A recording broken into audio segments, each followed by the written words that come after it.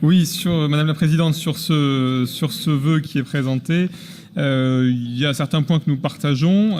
Effectivement, si nous sommes opposés par principe au contrat aidé, nous trouvons que la façon dans laquelle ils ont été supprimés a été très brutale et inadmissible. On l'a vu à la fois en tant qu'élus locaux, où nous avions par exemple des gens qui devaient reprendre un contrat aidé dans les écoles en septembre, et on nous a annoncé en plein mois d'août que finalement c'était terminé et qu'on ne pourrait pas les embaucher, donc 3 semaines ou 2 semaines avant la rentrée scolaire.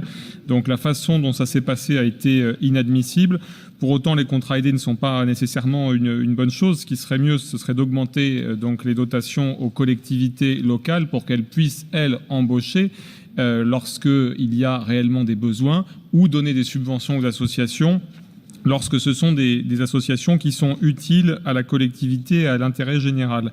La partie que nous partageons également, c'est le fait d'annuler le principe du contrat financier des collectivités territoriales, où là, effectivement, c'est porter atteinte à la libre administration des collectivités territoriales, et il est inadmissible que l'État, aujourd'hui, donc contraigne de plus en plus les collectivités et bientôt leur impose leurs dépenses, et pourquoi pas les gère à leur place aussi.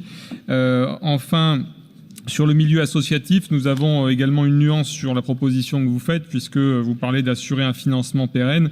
Au milieu associatif, tout dépend à quelles associations et tout dépend en vertu de quels critères, parce que là encore, assurer un financement pérenne, il faut évidemment que les associations soient utiles.